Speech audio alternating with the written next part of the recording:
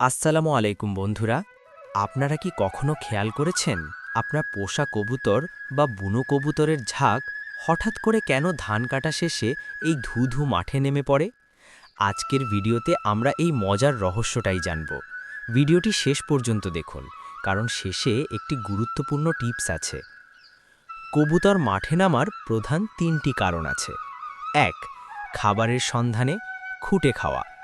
মাঠ থেকে যখন ধান বা শস্য কাটা হয় তখন প্রচুর দানা মাটিতে পড়ে থাকে।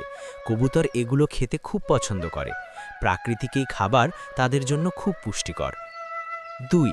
হজমের জন্য গ্রিট বা পাথরকণা। কবুতরের কিন্তু দাঁত নেই, তাই খাবার হজম করার জন্য তাদের ছোট ছোট কণা বা নুড়ি পাথর খেতে হয়। মাঠের মাটি থেকে তারা খুব সহজেই এই প্রয়োজনীয় পাথরকণা খুঁজে পায়। ৩. খনিজ লবণের চাহিদা। মাটির তলায় থাকা বিভিন্ন খনিজ উপাদান এবং লবণ কবুতরের শরীরের ক্যালসিয়ামের অভাব পূরণ করে। বিশেষ করে ডিম পাড়ার সময় তাদের এই প্রাকৃতিক উপাদানের খুব প্রয়োজন হয়। তবে কি সবসময় মাঠে নামা ভালো?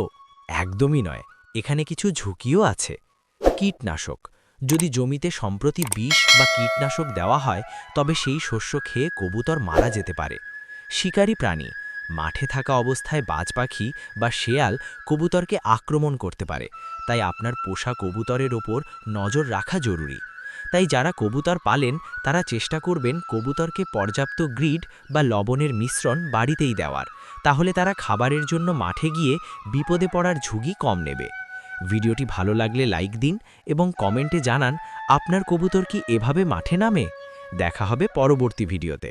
আল্লাহ হাফেজ।